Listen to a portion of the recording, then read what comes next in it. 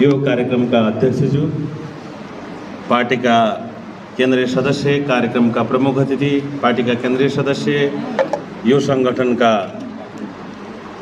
केन्द्रीय देशैभरिका in charge, party केन्द्रीय निकायका सदस्य, पार्टी जिल्ला कमिटी अध्यक्ष, प्रदेश कमिटी सदस्य लगायत मञ्चमा बस्नुभएका सम्पूर्ण कमरेडहरूलाई मेरो व्यक्तिगत तर्फबाट र यहाँ उपस्थितहरूलाई यो कार्यक्रममा हार्दिक स्वागत गर्दछु। कुनै पनि चिजको आफ्नो इतिहास हुन्छ, आफ्नो विगत हुन्छ, आफ्ना कुरा हुन्छन् र त्यसैका आधारमा निरन्तर रूपमा हामी अगाडि बढ्ने गर्छौँ र हामीलाई त्यसैले केही न केही रूपमा भए पनि अगाडि बढाइरहेको हुन्छ। करिब 164 वर्ष पहिला बाँके जिल्ला तत्कालीन इस्ट इन्डिया कम्पनीबाट नेपाल सरकारले लडेर, उपहारको रूपमा होइन, लडेर नेपालको शासकले त्यतिखेर फिर्ता लिएको देश नयाँ मुलुकभित्रको पहिलो पूर्वी जिल्ला बाँके जिल्ला।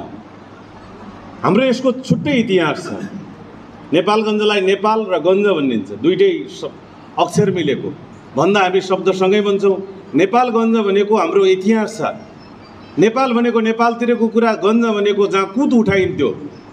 तत्कालीन शासकहरूले जहाँ शासन गरे बापत नागरिकबाट उठाउने राजस्वको रूपमा, भौतिक रूपमा उठाउने र यहाँबाट राज्य सञ्चालकलाई काठमाडौँसम्म पुगाउने ठाउँको रूपमा पनि हाम्रा तराईका धेरै ठाउँहरू गञ्ज जोडिएका छन्। जहाँ गञ्ज जोडिनुको अर्थ के हो भने अहिलेका हाम्रा जस्ता हामीले राजस्व कार्यालयहरू देश विदेशमा राखिरहेका छौँ, त्यसैका आधारमा पनि गञ्ज भन्ने गरिन्छ। सामान्यतया हामीले त्यसरी पनि बुझ्नुपर्छ। हामीसँग जोडिएको त्यो इतिहास छ। मुस्लिम समुदायको इतिहास नजिकको सबभन्दा तत्कालीन समयको नजिकको जिल्ला भनेको सल्यान जिल्लाको काला सुल्तानले गरेको शासन हाम्रो इतिहास हो। हाम्रा पूर्वजहरूले गरेको, यो ठाउँका पूर्वजहरूले, जसका कोही सन्तानहरू, कोही जर सन्तानहरू हामी यहाँ आएका हुन सक्छौँ। अन्तिम राजाको रूपमा एकीकरण हुँदाखेरि शाहवंशीय बने, खैर त्यो इतिहासको कुरा हो।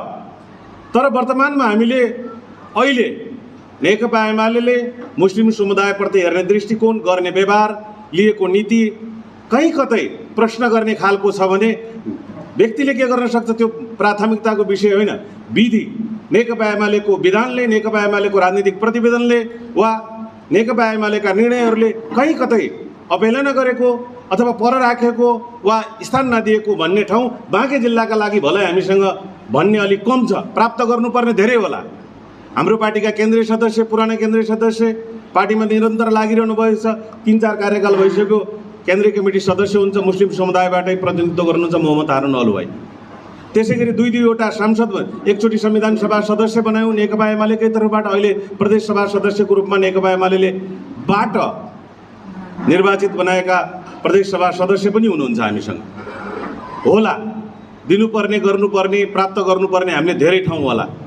हाम्रा पनि योगदान सँगसँगै र हामीले प्राप्त गर्ने कुरा पनि सँगसँगै होला।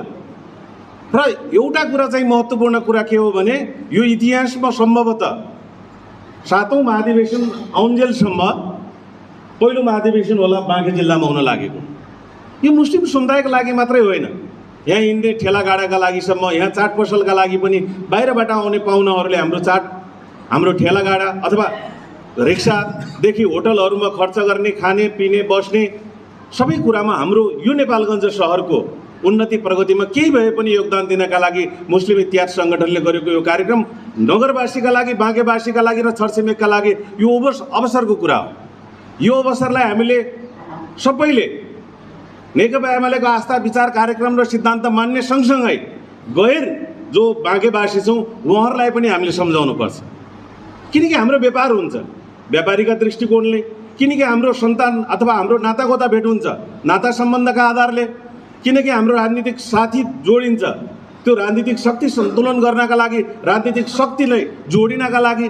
यी यावत कुराले यो ऐतिहासिक छ, महत्त्वपूर्ण छ।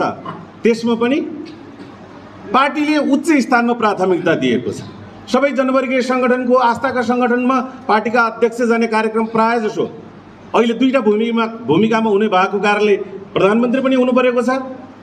देशमा चौतर्फी रूपमा पार्टी अध्यक्ष प्रधानमन्त्री भएको बेला विभिन्न वर्ग, समुदाय, पेसाका आधारमा जति सकिन्छ लुछेर्न, चुल्न, थेच्न प्रयत्न गरिरहेको बेला पनि बाँकेमा आएर मुस्लिम इतिहास सङ्गठनको कार्यक्रमलाई म सम्बोधन गर्छु, तपाईँहरूका गुनासा सुन्छु, तपाईँहरूसँग एकाकार गर्छु भनेर पार्टी अध्यक्षले भन्नुभएको छ, पार्टीका नेताहरू जानुभएको छ। यसका लागि पनि हाम्रो सबैभन्दा शुभ अवसरको कुरा हो। उद्घाटन सत्रमा मैले कति सक्छु, तपाईँले कति सक्नुहुन्छ, एकजना मात्रै जोड्यौँ भने पनि 10,000 को सङ्ख्यामा हामीले उपस्थित बनाउन सक्यौँ भने हाम्रो इज्जत रहन्छ, बाँके जिल्लाको इज्जत रहन्छ।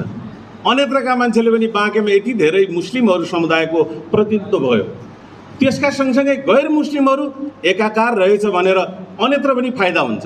त्यसैले तपाईँले गर्ने सहयोग, मैले गर्ने सहयोग, तपाईँबाट हुने सहयोग, मबाट हुने सहयोग, हरेकले अघि उपसचिवले भन्नुभयो कुन कहाँबाट कसरी चाहिँ व्यवस्थापन गर्न सकिन्छ, त्यसका लागि तपाईँ हामी सबै लाग्ने प्रण गर्दै मेरो पनि सहयोग र सक्दो सहभागिता रहने वचनबद्धता व्यक्त गर्दै मेरा भनाइ यही अन्त्य गर्छु। धन्यवाद। धन्यवाद।